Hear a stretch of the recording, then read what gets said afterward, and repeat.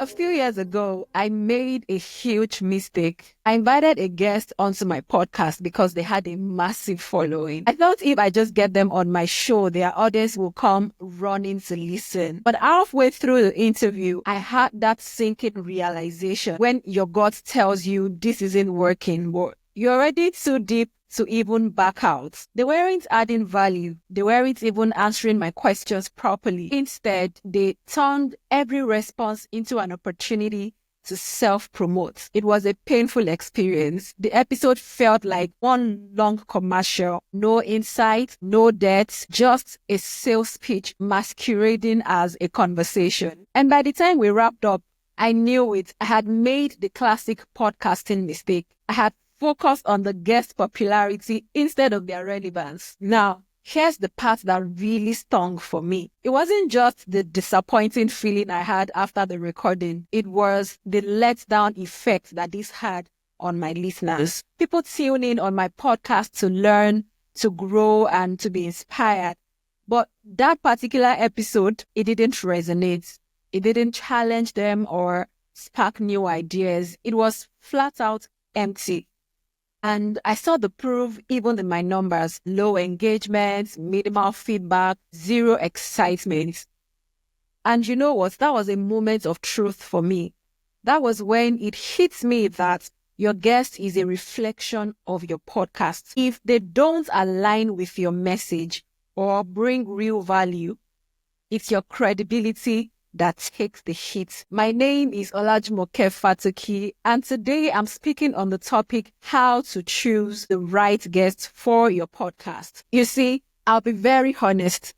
After that horrible experience, I seriously considered avoiding guest interviews altogether. I thought maybe I should just focus on solo episodes. Maybe guests are just too much of a risk.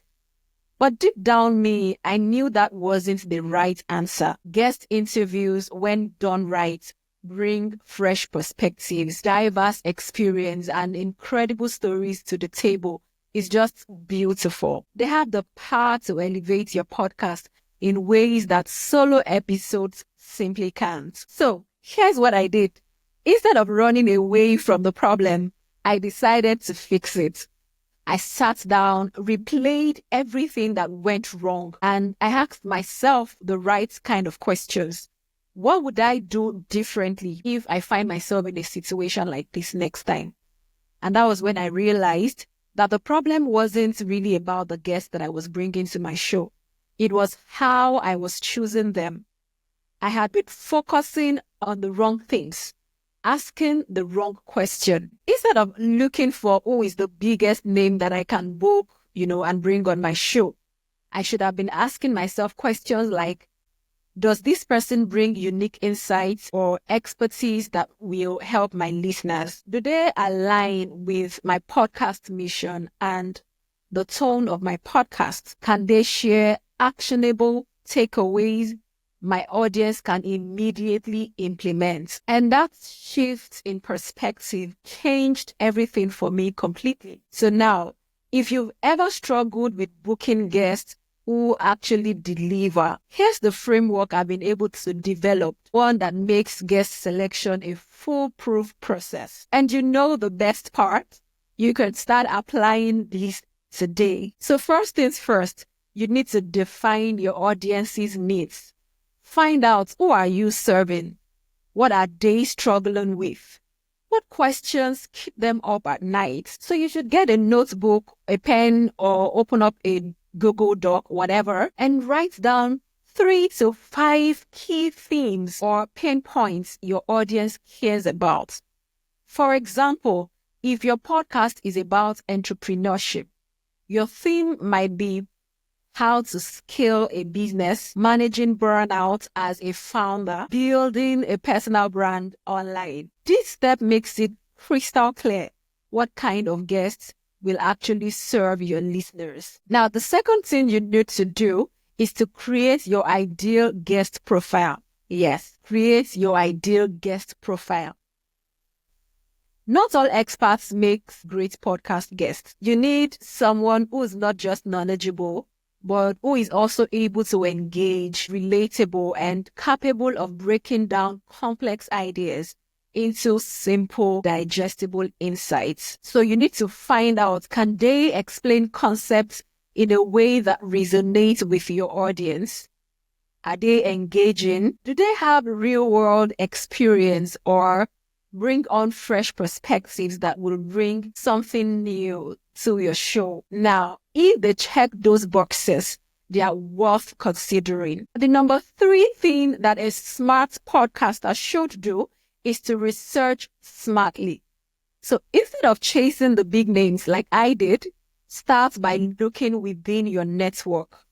Think about your colleagues, your connections, or even authors of books or articles that have impacted you. To make your searches even broader, you can look on platforms like LinkedIn, Twitter. These are gold mines for finding experts in niche areas. And here's a pro tip that I would like to leave with you.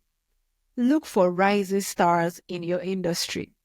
Sometimes the best guests aren't the ones with millions of followers. I know a lot of us want, guests with millions of followers, but they were actively doing the work and sharing powerful insights that haven't been overexposed. Number 4, vet your guests before you book them.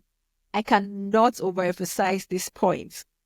This step will save you so much frustration, I bet you. Before you invite someone to your show, take the time to consume their content. Watch their previous interviews, read their blog posts, listen to other podcasts they've been on. Are they providing real value or are they just promoting themselves? Do they have depth or are they just regurgitating some generic advice? You need to consider all of those things before bringing them to your show. Now, so the 5th point, you have to prepare your guest for success. Once you've chosen a guest, you've gone through all of the listed criteria above, then you need to set them up for a great interview experience. So send them a detailed briefing, including the purpose of your podcast, the type of audience you cater to, the key topics that you would like to cover. A well-prepared guest is way more likely to bring their A game. The truth is, when I started applying these steps in my podcasting process, the difference was like night and day. My interviews became richer, my audiences stayed engaged.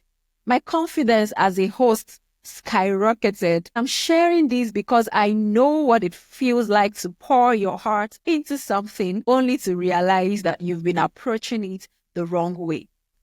But the best part, you can course correct today. So here's your next move. If you're serious about improving your podcast interviews, start with these 5 action steps right now to get results. Number 1, just as a recap, write down 3 to 5 core topics your audience actually cares about. 2, create a guest list criteria. What makes someone a must-have guest on your show? You need to know what that picture looks like. Number 3, look at your network and find potential guests who align with your mission. Research their content, watch, read, and listen to their past interviews. Lastly, send one outreach message today. Yes, today. Because here's the thing. Your podcast isn't just about you. It's about your audience. Every decision you make, every guest you invite, every question you ask should serve one purpose: to provide value to the people who trust you with their time. When you approach guest selection with intention, when you prioritize relevance over reach, you create something far more powerful than an episode. You create an experience that informs, inspires, and keeps your listeners coming back for more. So the next time you're choosing a guest to be on your show, remember, it's not about their follower count. It is not about their resume, but it's about the connection they can build with your audience.